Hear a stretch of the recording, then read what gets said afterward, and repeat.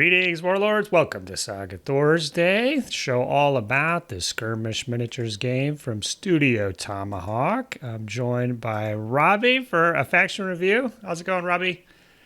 Good, man. Yourself? Oh, I am doing well here. And thanks for agreeing to this and coming on. And we're going to talk about the Sassanids from Age of Invasion. So this one was a little trickier to find somebody willing to talk about them. So there's not too many players that I know of, and the ones that I was in contact with weren't, didn't feel like they had cracked the board or something. It didn't feel like they would be an expert. But Robbie, you're an expert, right? Would you say? Yeah, I'll claim to be for this. Awesome. Yeah. So, Sassanids came out. It's probably one of the newer factions, one of the new ones with Age of Invasions. And people were excited about them when they came out, and then kind of, I don't know, the excitement dissipated. I don't know. Is it easy to find models, appropriate models for these? I'm mainly using Aventine. Okay. I think there's just the quality of the models. I know some people are using Reconquer Designs as well, which those models look amazing. But I'm a fan of metals, to be honest. Aventine, their range is absolutely fantastic. They do everything that you need. All the unit types, all the models that you need. Yeah, Monty's definitely a fan. And I was just looking at elephants the other day and was over on their website checking them out. They got good ones, and then I saw everything else. So it might be a time to return to the metals for my next project. Yeah. Because they're lovely. But all right, so let's jump into the Sassanids, erstwhile enemy of the Romans during the period where they're most active. And let's jump into the equipment options here. They've got a lot of fun stuff, limited in some ways. But So warlords and hearthguards are mounted on horses and equipped with cataphract armor. So can you just recap the cataphract armor? So the cataphract armor is essentially you don't lose any armor against shooting. So you're still armor 5 against shooting, but that's that's counterbalanced by only being able to move short. You can still charge long, but your general movement is only going to be short. Was it short or medium? Medium, yeah. Okay, all right. Just wanted to make sure I was remembering that right. Yeah, so they get one. How does it work? They charge long, but movements are medium? Yeah. Or it's one per turn? Yeah, the movements are medium, but if you're going to charge anyone, you can still charge long. But you're also, like I said, it's countered by that benefit of having the +1 armor under shooting, which is quite beneficial for these guys, to be fair. Got it. Yeah, so that's nice for hearthguards and warlords to keep that armor up. We always know they're targets of shooting. Now, other factions can kind of optionally take the cataphract armor, and people are kind of divided.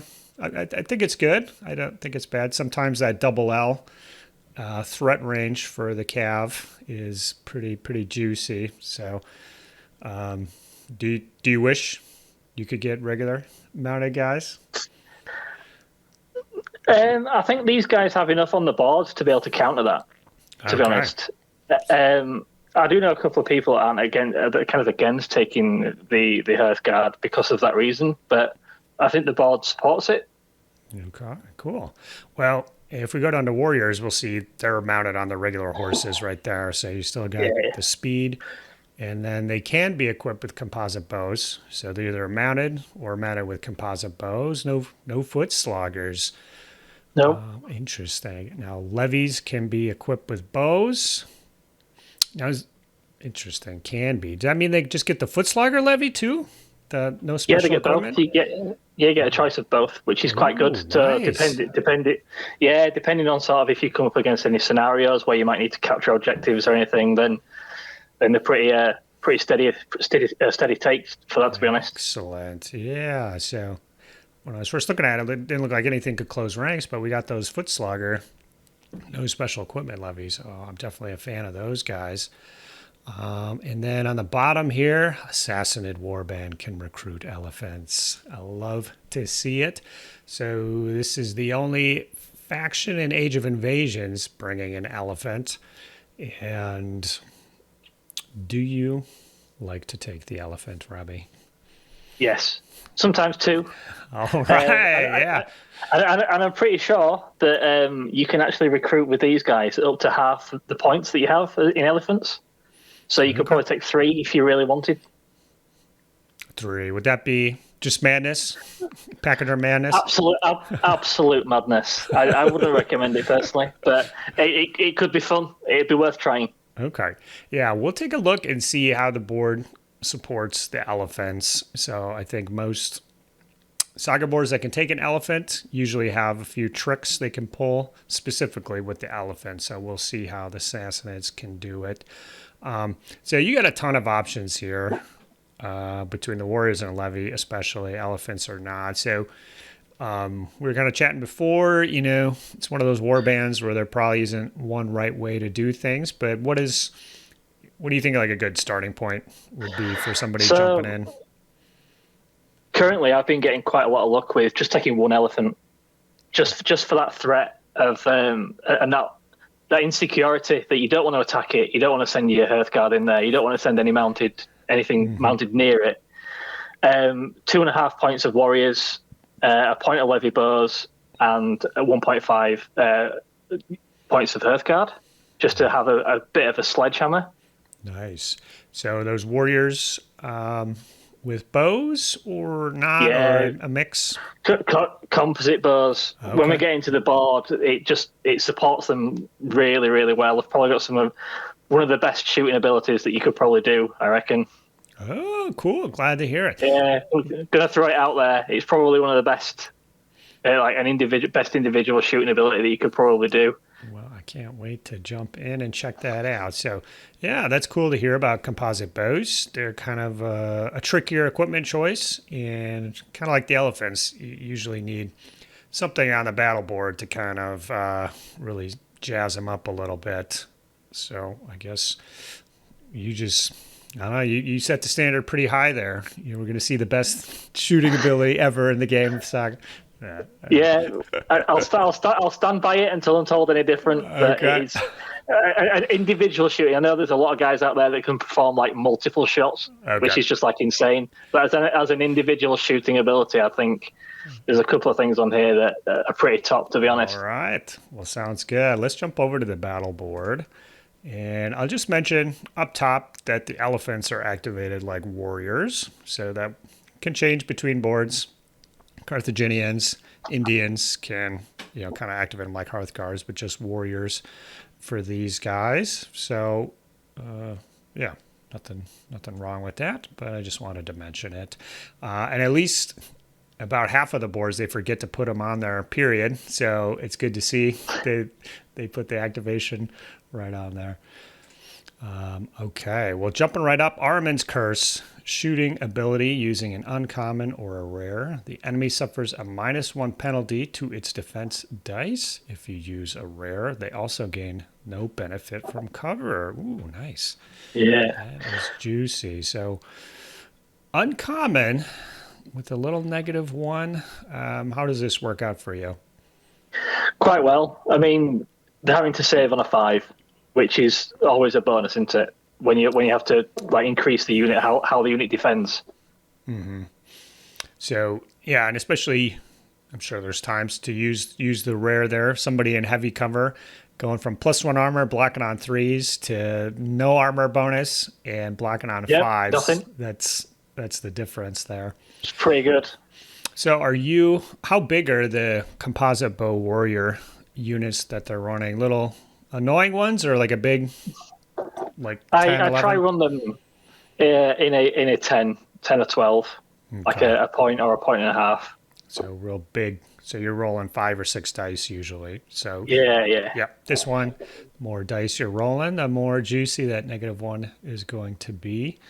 Do you find the uncommons on this board are particularly hot? It's a common. I'd say that this is probably one of the only places where I'd be wanting to put that. Okay. or put the rare. There's a lot of things that you can do with the uncommons. They're kind of needed in various different other places. So if you get a rare, definitely worth putting it on here. Okay. I like the sound of that. All right. Let's pop down to the next one here. Flames of Atar. This one's rare, so we'll see. You just said the rare goes up top, but we'll see if this one works out. Trigger after an enemy unit activates. Before it's resolved, activate the unit to shoot. If the target of the shooting attack suffers at least one casualty, its move and charge distance is reduced to S until the end of the turn. So you can potentially cancel whatever's coming in at you. Potentially. I think for a rare, it's quite expensive. I think there's other things on the board that you could probably like Ahriman's Curse, maybe. Overall, I'd rather play the rare somewhere else if I got one, personally. Yeah, it's not too bad. The rare cost, it seems a lot, but you're getting a shot in the opponent's turn, so you're not. You can just use it for that, not gain the fatigue, because looks like you don't even have to shoot at the unit that activated. You could shoot something else. You could shoot anything. The issue is that whether whatever you're shooting at, obviously has to be in range. So a lot of people will keep away from your levy, because obviously if you've got levy bowmen, they're a hindrance and you don't want to get shot at. So they're probably going to be out of range. And the next guys that you're going to be shooting from is your composite bow warriors. So and they've only got a range of medium for their shot. Oh, so that's a big difference. So generally, if someone's going to be moving and you're going to be shooting someone, a lot of the time they're going to be out of range. That makes sense. So, because if they move into your range, then obviously they've completed the movement at that point. So this is before it's resolved. So you could actually kind of do this as like a Hail Mary or something against the enemy warlord, or if you're fighting another elephant, if they're exhausted, this would give you a chance to try to pop a couple shots into it before it rests. Yeah, it activates to rest. You pop this, maybe you'll get the hit through before they get the chance to slough the fatigue off. So that might be another tricksy way to pop it, but yeah, it is a rare regardless. Yeah, so. I just think for a rare, the way that it works is quite circumstantial, and maybe a bit too circumstantial to be putting a dice on it and waiting for the chance to use it, if you know what I mean. Sure, yeah, absolutely. All right, let's pop down to evasive. So another shooting ability, but this one on the defensive side. Just takes a common die, increase your armor by 1. Nothing wrong or shabby about that. No, it's pretty good. And this is one of the reasons why I don't mind taking the Hearthguard with the Cataphracts as well, because they've got armor 5. You throw this in there for a common. Armor 6, they're not really getting through. Your Warlord as well, armor 6. Yeah, going from 4 to 5 is like, okay, but 5 to 6? Yeah. Oh, yeah. Yeah, that's awesome. Yeah, definitely. It helps with your elephants. Obviously, elephants have reduced armor against shooting. I think it's 4. So back up you to 5. Putting them up to 5. It basically helps keep your opponent honest. It's like, you want to shoot me, you think that you're going to get a bonus, then you just negate that straight away. Mm-hmm. Absolutely. Yeah, not too shabby. All right, let's go down to a Shadow in the East. Another shooting ability. What is going on with the shooting here? It's a common and uncommon. Gain 3 attack dice and add a +1 bonus to your attack dice. So that is pretty darn good. So we've seen, that 2 dice abilities give you a +1. So you get 3 attack on top of it. Yep. So this, along with Ahriman's Curse, the first one that we went over, play these both together. And if your opponent, they think they're going to get the levy safe in the ruins in the middle of the board, help force you wide, or do whatever else, you send in your 1.5 of warriors. You're going to be getting 9 shots. Yeah, cheapers. 9 shots with a -1. They've got no benefit from cover. You get a +1, so you're hitting them on a 2, and they're having to save on a 5. Nice. That's going to do some damage. All right, that's pretty good. Is this? So that I think this is what this is as a singular shooting ability. I think this is one of the top ones that's out there. If you can get this off. okay. Yeah, I would. Yeah, this is pretty darn good as far as shooting abilities go. You're right. There are different shooting abilities, but they're kind of combo plays between different abilities or multi-activations for just one powerful shot. I think this is probably as good as it gets. Yeah. Apart from maybe those cheeky abilities that give you auto hits on a couple different boards. In certain situations, you'd prefer the auto hit, but if you're just going for mass devastation, I think this is pretty darn good.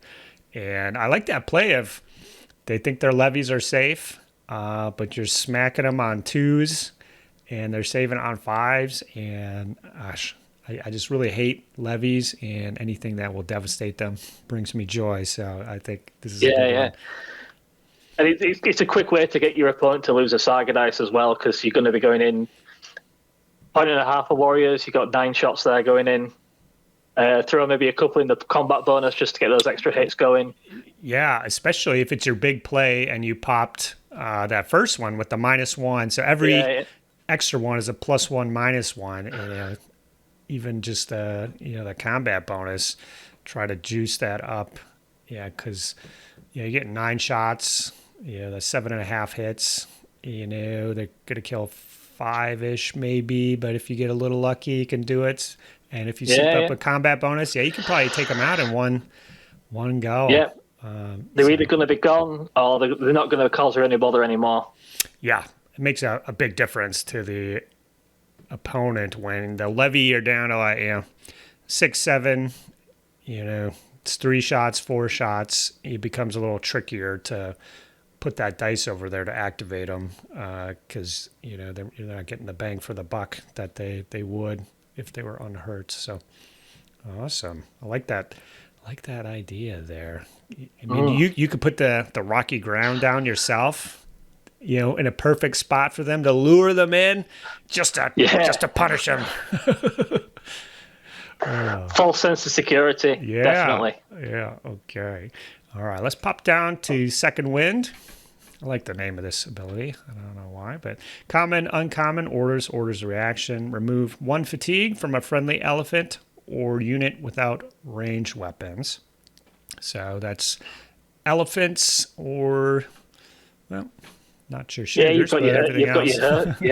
You've got your Hearthguard in there, your Warlords in there, your Levy without ranged weapons, and you've got your Warriors if you want to take them without composite bows. It benefits the vast majority of sort of what you're going to be taking in some circumstances.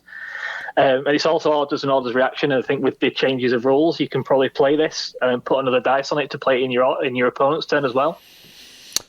Yeah, yes. It's a little advanced, but if you had it from a previous turn, you could pop it and then put the dice down and then play it again on your opponent's turn, I believe is how that works. So correct. Yeah. If you do have it queued up, you could get the benefit in your turn and the opponent's turn in that specific situation. So I'd encourage anybody to kind of look at the rules there before they try to do that, just to make sure they understand what we're talking about. So yeah, this is awesome. Charge your Hearthguard in, beat something up, and well, I'm back. I'm good as new with a common. So fresh and ready to go again. And then obviously you've got several other defensive abilities that you could probably be using as well. So it kind of, there's no real sort of reason why you can't leave your Hearthguard in a little bit of danger to fight the next time as well. And again, just get your opponent thinking, maybe I'll go into them. And suddenly the gear at the board, thinking that they're going to have a fatigue on the Hearthguard, knock their armor down to 4. You play this and nope, boom, still 5. We're back up, baby. Don't even try it. Sloughing these off the elephant is always good. Whenever I play the elephant, it ends the turn exhausted pretty much. So being able to just automatically shunt it back down to 2 on the opponent's turn. If they want to come in now, I'm not fatigued. And, you got to basically mount one big combat or 2 kind of to get through it. So, this is awesome. Yeah, really helps keep your army fresh. And yeah, I like that it doesn't work on the ranged units. If it did, then it would be like too obvious of just shoot, shoot, shoot, shoot. So this encourages you to mix it up. All right, let's pop down to Inexorable Advance. You can use any die you want on this baby here. Choose one of your Elephant or Hearthguard units. Roll 1 die or 2 if you choose a Hearthguard unit for each oh boy, Robbie, there's too many words here. I don't know if I can handle it. For each non-hero enemy unit with an S of the chosen unit. The target unit takes a casualty for each result that is higher than their shooting armor or equal to or higher than their shooting armor. So, you've got a big Hearthguard unit, your big 6-pack. You are with an S of 3 or 4 maybe enemy units if you're getting really saucy and spreading them out.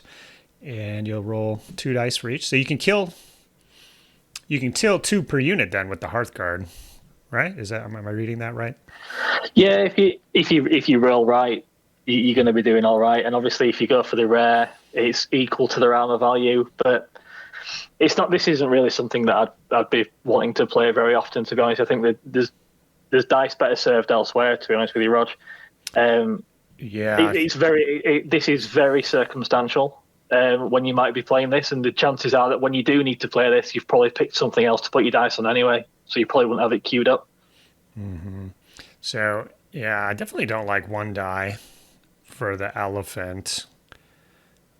It feels like it should be the other way around. Yeah, it does seem like it should be the other way around because the Elephant's smaller, and he's not going to affect as much anyways. But the Hearthguard. So I know our local guy, he mounts his Hearthguard on 40 millimeter rounds. So kind of the biggest close. Well, I guess you could get them bigger, but, and I think he does take a 6-pack. And so, the play is there to try to do some Hail Mary damage. I guess it's kind of cool. I like those abilities that let you shoot. And this one is pretty good because you're not activating the unit, so they're not multi-activating or anything like that. It's just, just a little something on top. Maybe if you have one of those turns where you're going to do something and that's it, but you have a dice or 2 left over. This would be a good one for if you knock down the enemy levy unit, Robbie, and you just got them down to 6 with the big shot. This might be a good one to finish, sneak in that last hit against them in the cover. Because, the shooting arm may be 3, so you got 2 cracks out of 4 maybe, and it just bypasses the defense roll to get the last stupid levy under. Like I said, circumstantial. If you can work it into your game, if your Hearthguard just apparently might be passing these levy on the way up, you might just want to throw it in there because obviously the movement's medium. You might want to just right, I'm gonna go up here. There's going to be a guy in the woods hanging around, not doing very much. I'll have a crack at him, and then I'll carry on going. Mm-hmm. Yeah, definitely wouldn't necessarily base the whole battle plan around doing massive damage, but extra little plinks are nice for sure. So let's pop down to Armored. Melee ability, another 2 die. Also, I believe the last one was common, uncommon. So this is a melee ability. Hero Hearthguards or Elephant. Your unit's armor is increased to 1. In addition, if it's engaged with infantry, you gain 2 defense dice. So that's good. Like I said, usually +1 to hit or +1 armor is a 2 die ability. So having this little extra here, I think really makes it a little easier to pay that cost. Especially if you just sloughed off the fatigue and you're waiting with this one. Yeah, it's pretty good to. It's like giving your army some sustainability where it needs it. Sort of like your elephant needs to be sustained in the game, doesn't it, to keep your opponent sort of thinking about where they're going to be going and do they want to attack it.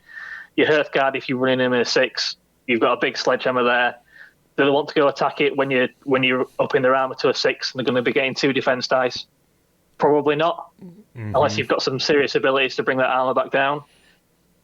Yeah. So I think this is definitely, great. Yeah. definitely up there. Slam in, pop up to armor 6, and then Yep. it's basically 100% chance they roll at least 1 6 in my experience. No matter how many dice they're rolling, 2, 3, or 4, there's guaranteed to be an There's enemy always 6 one that in there. gets through, isn't there? Yeah, so having the 2 Always extra one. defense dice, so having 3 chances against it is what I need in order to make it. Armor 6 just doesn't cut it for me. So, yeah, I think great ability. All right, defensive posture. Common here, melee. Discard 2 attack dice to gain 4 defense dice. Seems like a decent trade. Are you queuing this one up?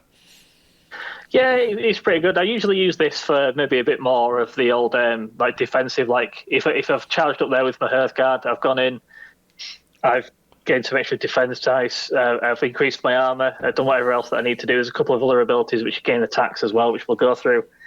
But yeah, I use this for maybe sort of the counter punch. So if I can't get my guys back, obviously moving them short after they've been attacked. Sorry, medium after they've been attacked. You're not really sort of going to be able to sort of push your opponent to be able to charge like a long to get that fatigue. So sometimes, yeah, I think it's a good trade-off if you've got the dice to do it and you can still mount a decent attack. Your 4 defense there is going to save you, isn't it? Yeah, so you could see, charge in on your turn with armored, do some damage, hopefully take nothing in return. Yep. Their turn, pop second wind on the big Hearthguard unit, and defensive posture. You go from 12 attacks down to 10 or something. It's not a big deal to gain those precious 4 defense dice. So I like that. It's kind of two obvious plays that really, I think, kind of push you towards that 6-pack of Hearthguard. And you're probably going to do more damage than they do. In that scenario, because you're going to have your 4 defense dice, and then if they just move back short and they can't get back any further, then on your next turn, you're good to go. You might get a fatigue. You can just activate to rest and send them in with what other abilities that you might get, and suddenly they've been in 2 fights and they'll know it. You know what I mean? Yeah. This would also be super annoying on the no special equipment levy. If you just got them screened out there, closing ranks when they come in, and that's not going to make anybody happy having to slog through that. But yeah, it's just good ability here because you're going to have bow levy, bow warriors. Basically nothing can close ranks in the kind of list that you're using. So having something that you can go to make yourself a little more survivable, I think, is good. Yeah, it's definitely I use for to counter attacks rather than to use when I do attack. Very cool. All right, volley fire is the next one up. Orders: choose a unit equipped with composite bows. Until the start of your next turn, it counts as being equipped with bows and gains the determination special rule. So I will say, as we're recording this, there's no FAQ out yet for invasions, and there's some controversy here on whether the bows mean you're on foot. If you look at the description in the book, the language might imply that. Usually mounted troops can't get bows, so they're either on foot with bows or they're mounted with bows. I guess, how have you been playing it? Is there a consensus in your area? I play that they're on foot because that's kind of how it reads within the book. It says that you get the movement penalty as the downside, which to me makes this negligible whether it's worth playing or not. I'm guessing it does kind of work if you're going to play it and you can kind of predict your opponent's movements. It links quite well with Flames of Atar because suddenly those composite all your units with composite bows, you've got like a couple of some warriors dotted around with a composite bow, suddenly they can shoot L, so they've got more range for that to happen. But again, both these you're using a rare and an uncommon for something which is quite negligible overall. And when there's better places to put this uncommon and stuff, I think it's not an auto pick for me. very circumstantial. I think I've probably used it once, just trying out whether it works or not, and never really had much luck from it, to be honest. Yeah, it's kind of a weird one because when you have composite bows, you shoot for free regardless. So the determination kind of lets you shoot for free, but you paid a dice to do it. So it's like, yeah, you're just kind of staying further back out of range. And I agree with you. The way that it's worded in the book, it's not explicit. There's enough there that somebody could argue the opposite, but it talks about them dismounting to shoot, at range or something like that. So I think that's how it should be played, but hopefully there'll be a FAQ out by the time this video comes out or in the future. But yeah, certainly needs some clarity to be able to sort of get the best out of it, I think. Mm-hmm. Because you get, they just have bows, so it's the difference between the long range and the medium range. And yeah, I don't know. Maybe if you got a whole bunch of rares and you just want to cycle through activation pool, you could pop this one. I don't think it would hurt anything, but yeah, hard to think of a strategy around it. Yeah, like I said, the book actually does state that it does work well with Flames de Tar, and that's what I've tried to use it with, just to see if it actually does have any benefit. But like I said, circumstantial, depends on all your opponent's movements and everything. So, and the distance they are away from you and their plans. So, it's a hard one to predict that you're going to need it. And obviously, because you're playing it in your order's turn, you're kind of wanting it as a reaction, maybe. So if this was an order's reaction, it would probably benefit the board more to work, and maybe sort of link the abilities of Flames of Tar with this and have that as the rare. Interesting. Yeah. We'll see. Hopefully it's clarified a little bit more in the FAQ, and maybe I'll get some more use out of it as well. All right, let's go down to the last ability here.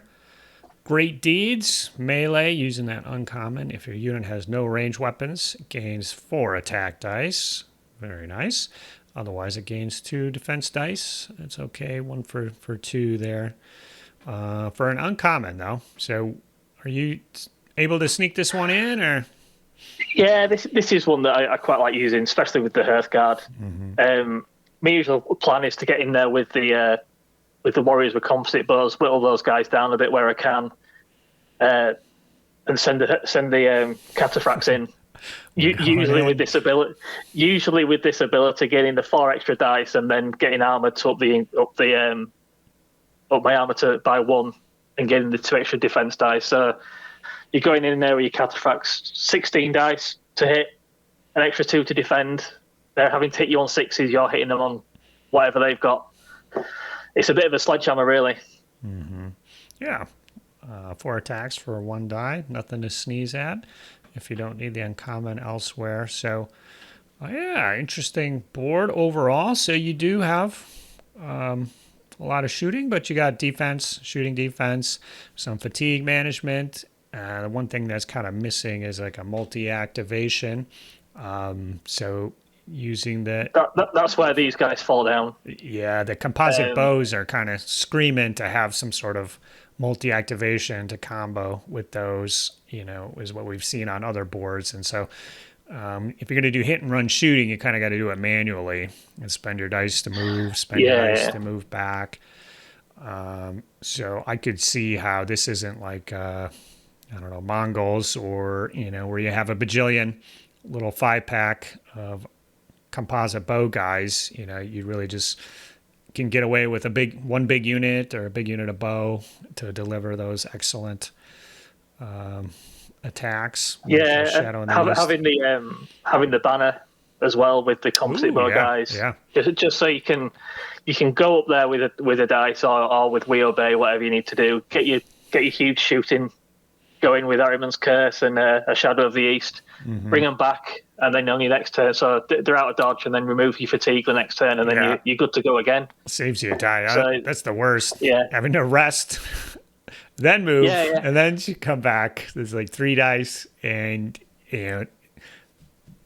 generally in those, you got bad mojo too, so you never kill anything, and you're like, all right, I spent half my dice and nothing happened, and it's almost their turn again. What am I gonna do? Yeah, so I think these guys, you kind of, if you get the right dice and as such, like I said, you're going to be making things happen each turn, but they're not like a multi-activation. You're not going to be getting in there, getting multiple hits off. You're going to be going in there, getting probably one big hit, backing off, wait to see what your opponent does, and then sort of plan around that. Maybe use your elephant to sort of guide them around the board, see where they're going, and use your levies to do the same, really. Yeah, I could see that. Depending the dice you get, the position stuff, you could see one big shooting, one big melee, and that could be good enough. I think a lot of boards can just muster one big melee, and the way that you set it up too, you're not having your tuchus blown in the wind after you did the melee. You're not especially vulnerable. You're not sacrificing a unit to do the big melee necessarily.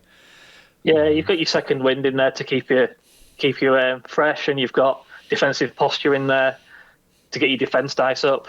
A couple of other abilities. You've got your evasive to get your armor up, so you can leave if you manage not to get your opponent's levy in there, or if they've got quite a lot of shooting guys, you're going to be putting your armor up to 6 under shooting. So there's ways to keep yourself protected. But in terms of sort of getting in there and taking guys out, for me, these are guys that you put all your dice on getting one big attack done, and then getting your guys safe after that. Absolutely. So yeah, everything looks good here, but a theoretical saga dice, which are always abundant, or not so abundant once they turn 2 or 3. If you're down to like 5 or something, because you're Shadow in the East is 2 dice, so you'd be down to 3 after that. So trying to pull off some of these combos here gets definitely a little trickier. What factions do you have trouble with, or your play styles? If you've been playing kind of all Carolinians with their multi-activations are just a nightmare, because they can just ping about the board, and trying to keep up with them is the worst thing. And Anglo-Danes as well, not just because of the way that they fight, but just because they just keep you fatigued. So like when you do want to do these charges up with your warriors to get your combo shot off and do whatever else, they'll just fatigue you, and you can't remove that fatigue from them because it only works on units without ranged weapons. Sure, yeah. So before you know it, they're treading on your toes. So I need to come up with a better build when I'm against Anglo-Danes and see if I can sort of change my tactics, to be honest with you. And I'm guessing your Huns are obviously going to be strong against these as well. Sure. So yeah, you can only play evasive once to up your armor, and then after that, with their multiple shooting, they're just going to be taking chunks off you, really. So it sounds like the kind of usual suspects in some way. Yeah, most warbands will have difficulty against Welsh pagan peoples, Carolingians, those multi-shooter warbands. So do you have fun playing the Sassanids? Yeah, I mean, every time these guys are out, like even if you lose, you're going to look good going down, because the models are really good. So you can take a lot of pride in your loss. Yeah, definitely. It's always a good thing. But getting the abilities off, and once you do it and they work well, your opponent's not going to enjoy it, and you're going to be sitting back just going, well, you've lost half of your guys. I'm just going to sit back and wait for you to come to me, and then you just charge in with your Hearthguard, maybe even your Warlord. Give them a big knock with them. Yeah, there's definitely a couple things here to. I'm always a fan of the aggressive Warlord, and just throwing him in there. So you've got a few tricks to do some heavy damage and keep him alive. So I think that's pretty cool. Do you have trouble with any scenarios in particular? How does objective stuff work out for you? I think that's kind of where you need to sort of adjust your warband and be taking your levies without ranged weapons if you need to capture objectives, and they're pretty good actually for Keefe. So if you're doing when we have to protect any special characters or anything, then they're good for sort of surrounding around there. And but they're all right. I think they're better at sort of your Clash of Warlords, fighting on a campfire, and those sort of where you're just sort of fighting each other rather than going for an objective. But they can be strong. Play them in the right way, like you've just mentioned. If you get the right dice, anything can be good. They have the variation within the units to be competitive on several different levels. Yeah, that's cool. I think it looks like a fun board, and yeah, probably fun for your opponent as well, I'd imagine.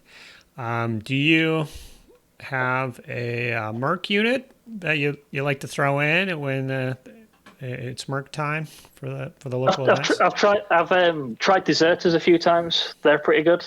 And also Second Wind, because it's an orders, you can use it on the Mercs as well, so you can keep them fresh if you need to. Oh, yeah. Yeah, absolutely. So gets another unit shooting. Yeah. That's pretty much the only thing here.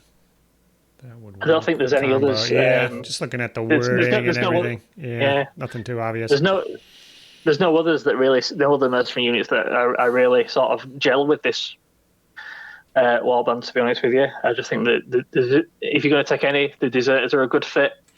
Other than that, I don't think you really need them, to be fair. Now, aren't there some camels in Invasions? Am I remembering that correct? Is there a camel merc? I'm gonna look it up right now. I don't think so. Usually I don't research things, but I'll do it. I'll do it this one time. I got the book here, looking it up. All right, I thought maybe there was a camel, so I apologize if there's no dirty camels running around. Okay, yeah, maybe I'm remembering something different there. Yeah, I'm just thinking of Age of Alexander, I guess. Nomadic horsemen, but no camels. Okay, so yeah, probably Deserters might be your best bet here. Just looking at everything. Yeah. So, do you think Sassanids would be a good board for beginners, or should it be a second warband, or even a third warband before you'd recommend? I'd go with second or third. I just think that there's a couple of abilities where you need to sort of get used to how certain things work, how to use cover for your opponent's purposes more than anything. So when they're in cover for Iron Man's Curse, there's a couple of odd abilities on there, like the Second Wind, like when you can play it, when you can't. You don't want to be doing it incorrectly and missing the opportunity to take a fatigue off. And obviously composite bows aren't always the easiest thing to use. I guess if you're pretty up there with Saga, you're pretty much sort of up there with how composite bows work, but I think they take a bit of getting used to on sort of how to protect that unit and how to get the most out of those particular composite bow units. If you were a first-time player, then a couple of games and you're probably going to get into them. But I think there's easier warbands to pick up as soon as you sort of get in there. Got it. So a bit of a learning curve, but yeah. And like I said, this is one where a lot of people play them but don't feel like they've necessarily cracked out the best way to use them, or even when they're doing good, they'll still run into a couple roadblocks. So yeah, that sounds cool to me. It sounds like a challenging warband. Yeah. Yeah, and I 100% agree with the other feedback that you've got. Sometimes I play these guys and they can just wipe people off the table, and the next time I'm just like, I just can't understand what's gone wrong. So they are quite hit and miss. But when they're going good, like it feels great. They run these warbands where you're getting these big attacks in, and you just kind of like you can see the damage happening in front of you, and that's always good to see. Like there's a lot of warbands that'll take 2 or 3 models off at a time, here, there, and everywhere, and it's cool. You wear your opponent down, but these guys, you can go in there and you can take a load off, and you can just be like, and your opponent's just sat there just going, I wanted to use them, and yeah, you can ruin someone's plans with these quite easy if you get the right dice. Definitely. Well, I could see where this would be, that first big shooting attack. You've stacked everything in your favor and you're counting on a bunch of casualties. And it could be a slaughter, or somehow, they just still roll, 7 5s out of 8 dice. And it sets the tone then for the rest of the game. Now you're kind of behind. You didn't do the damage you needed to on turn 2 or something. And things can kind of go off the. I've seen that kind of, with my last Romans, it's similar. But with Sassanids, at least you can kind of stack that big volley in your favor and are relying a little bit less on the dice gods to make it happen. Yeah, I just think with the way that I've been playing them with like 2.5 points of warriors, playing them in tens, with one of them with a banner, and also the levy bow, especially if you're on turn 2, if your opponent's coming at you, you've suddenly got 3 points of attack there, where you can get guys up and back, get them in range of your levies and move them back, or just leave them there if you need to. Get you sick where you'd be getting 9 shots off, getting your 9 shots off with your combo warriors, and you're going to do some damage, hopefully. Mm-hmm. I mean, you're certainly stacking the odds in your favour using Ahriman's Curse and the Shadow of the East. There's not much that's going to get out of that, you hope. Mm-hmm. Okay. Well, awesome. Well, thanks, Robbie, for agreeing to do this. Like I said, I was having trouble finding somebody, and so I appreciate you going back and getting the games in so you can be fresh and ready to talk about the Sassanid. So I really do appreciate that. And so at this point, I want to thank, who do we got here? Terry, Patrick, Sean, Mitchell, Scott, Frank, and also you, Robbie. You're a patron over on Patreon. So we wouldn't be doing these extra videos without you guys. And yeah, just want to say thanks to everybody for making it happen for the community here, having these videos. And if you've played with or against the Sassanids, please post below. If you use that 3 elephant build, tell us how we're doing it wrong by only taking 1. I'm very keen to hear that. But yeah, this looks like a pretty fun warband to play. It's definitely unique models. I know some people kind of fudge it just using your typical kind of Arabic Muslim looking dudes. But yeah, I think if you get kind of quote unquote the real ones with their kind of Persian look, I think they're very cool, very distinctive warband for sure. And I think that's it. Do you have anything else you want to pipe in here before I think we're good. But thanks for having us, Rodge. Been good. Yeah. All right. Well, we'll catch you later, folks. Have a good one. Bye-bye. Saga! If you'd like to see more Saga content, consider joining the Heathen Army over on Patreon or popping on down to the Saga Thursday Discord server. Links below. Thanks, guys.